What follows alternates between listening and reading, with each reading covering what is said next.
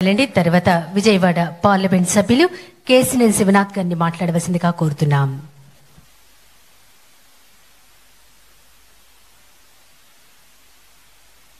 వేదికని అలంకరించిన పెద్దలు, గౌరవనీయులు రాష్ట్ర ముఖ్యమంత్రి నారా చంద్రబాబు నాయుడు గారికి, మిగతా పెద్దలకి, వేదిక ముందున్న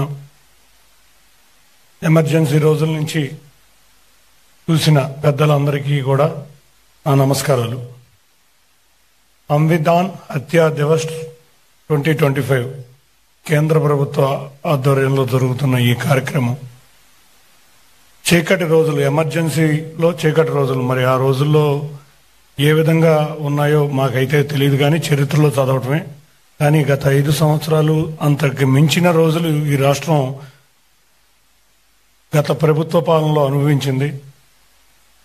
పెద్దలు సుదీర్ఘ రాజకీయ అనుభవం గల నారా చంద్రబాబు నాయుడు గారు ఆయన రాజకీయ జీవితంలో ఏ రోజు కూడా ప్రజాస్వామ్యానికి అత్యంత విలువనిచ్చే వ్యక్తి, రాజ్యాంగాన్ని గౌరవించే వ్యక్తి, ఏ రోజు కూడా ప్రజాస్వామ్య విలువలని కాపాడుకుంటూ వచ్చిన వ్యక్తి.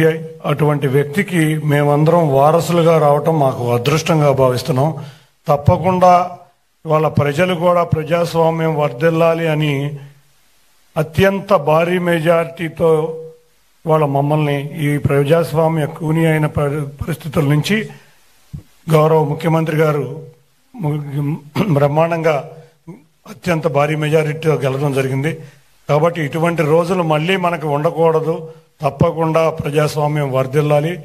గౌరవ ముఖ్యమంత్రి నారా చంద్రబాబు నాయుడు గారి హయాంలో స్వర్ణాంధ్ర 2047, అంతేకాకుండా నరేంద్ర మోడీ గారి ఆధ్వర్యంలో వికసిత్ భారత్ 2047 దిగ్విజయంగా పూర్తి చేసి భారత్ ముందుకు వెళ్లాలని కోరుకుంటూ ఈ అవకాశం ఇచ్చిన పెద్దలందరికీ పేరు పేరున ధన్యవాదాలు. Thank you. ధన్యవాదాలండి. తర్వాత